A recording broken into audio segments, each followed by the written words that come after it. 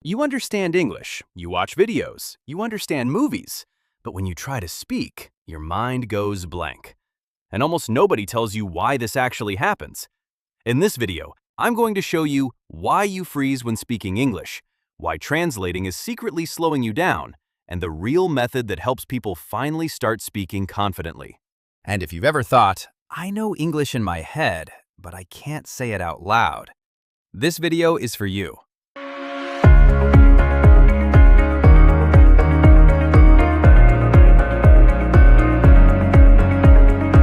And in this video, we are going to go through the 3 biggest problems that stop people from speaking English confidently.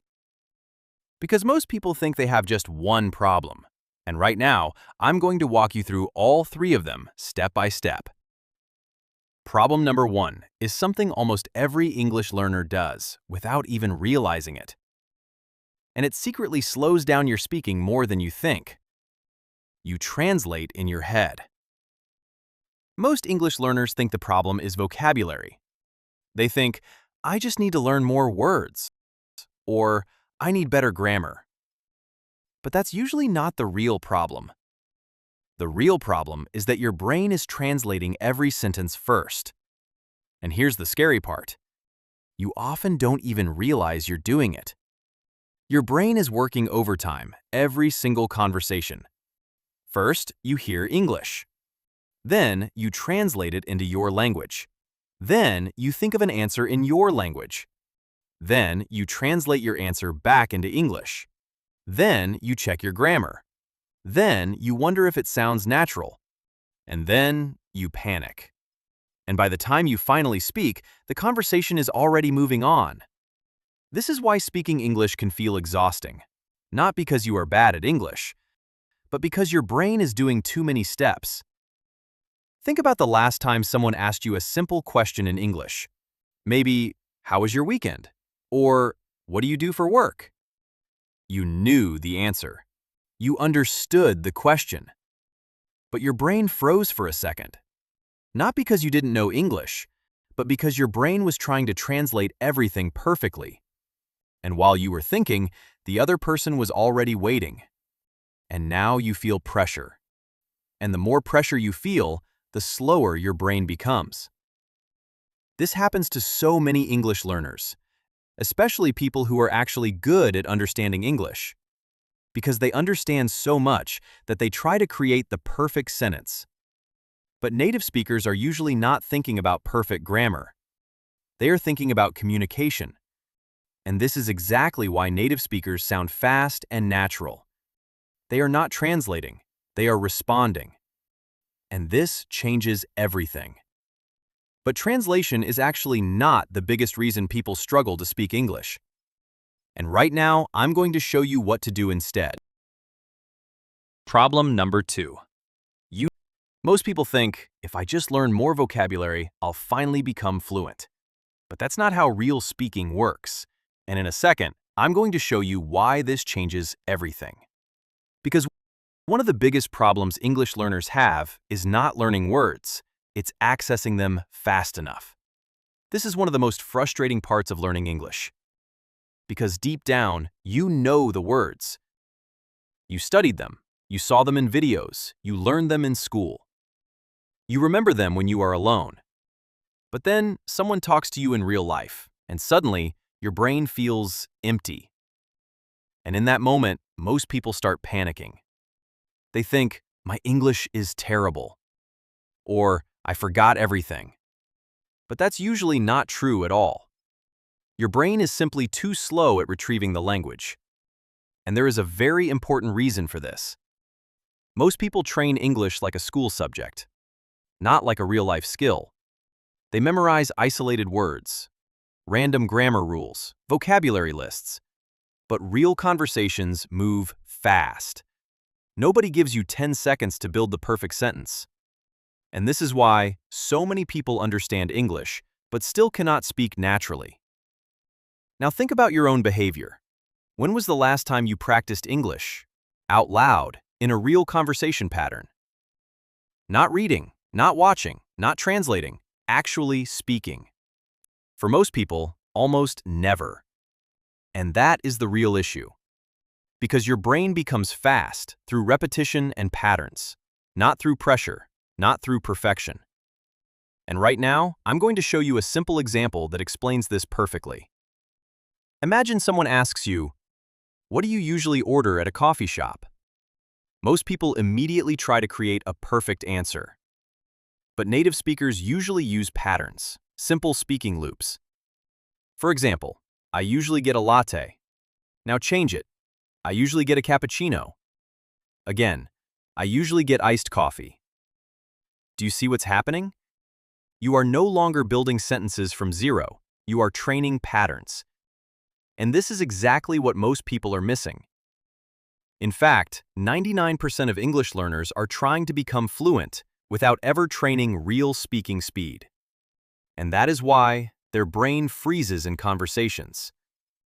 But in a minute, I'm going to show you the biggest hidden problem of all. Because even if you understand English, and even if you know the words, most people still never become confident speakers. And that leads us to the last and most important problem of all. Because maybe you already tried to solve problem number 1. Maybe you tried to stop translating. And maybe you also worked on problem number 2. You learned more vocabulary. You practiced more phrases. You watched more videos. But if you never solve this problem, nothing truly changes. Problem number 3. You fear mistakes, so you say less. And this next part might completely change the way you see your English forever. Because the deepest problem usually has nothing to do with English itself. It has to do with fear. And almost nobody talks about this. Most people think, "I need more grammar," or "I need more vocabulary." But in reality, many English learners already know enough English to communicate. The real problem is that they are afraid to use it. Afraid of mistakes. Afraid of sounding stupid. Afraid people will judge their accent. Afraid they will speak slowly. Afraid they will say the wrong thing. So instead of speaking imperfect English, they stay silent. And here's the dangerous part. The more silent you become, the more your brain starts believing, "I can't speak English." Even though that is not actually true. And right now, I want you to think about something honestly. How many times did you know what you wanted to say, but you said less because you were scared of making a mistake? Maybe at work, maybe while traveling, maybe in a restaurant, maybe in a simple small talk conversation. This happens to millions of people, even people who understand English very well. And this is why confidence is not created by perfection. Confidence is created by repetition. Because confidence does not come from knowing everything. It comes from surviving small, uncomfortable moments, again and again, until your brain realizes, "I'm safe." And this changes everything. Because once you stop trying to sound perfect, you finally start sounding natural. And in just a second, I'm going to show you the exact practice method that helps your brain stop freezing in real conversations. Not through memorization, not through complicated grammar, but through something I call real-life speaking loops. So now let's quickly bring everything together. If you want to finally speak English confidently, you need to solve all 3 of these problems. Problem number 1, you are translating in your head. Problem number 2, your brain is not trained to access English fast enough in real conversations. And problem number 3, the biggest one of all, fear. Fear of mistakes. Fear of sounding wrong. Fear of being judged. And this is exactly why so many people understand English but still struggle to speak naturally. But here's the good news. This is not something that means you are bad at languages. And it does not mean you will never become fluent. Most people are simply practicing English the wrong way. They study English instead of training English. And once you start using real-life speaking loops, simple repeated patterns, and real conversations, your brain slowly stops translating and starts responding naturally. And this is where confidence finally begins. Not from perfection, but from repetition. And honestly, if you made it this far into the video, you are already ahead of most people. Because most people want confidence, but very few people actually practice consistently. So if you want to keep improving your English and practice real-life conversations with me, make sure you subscribe. And I want you to do something before you leave this video. Go down into the comments and tell me, which of these 3 problems affects you the most? 1. Translating in your head. 2. Freezing and forgetting words. Or 3. Fear of making mistakes. Because I read your comments, and they also help me create future videos that truly help you.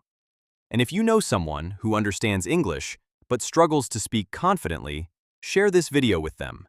It might genuinely help them more than you realize. Thank you so much for watching, and I'll see you in the next video.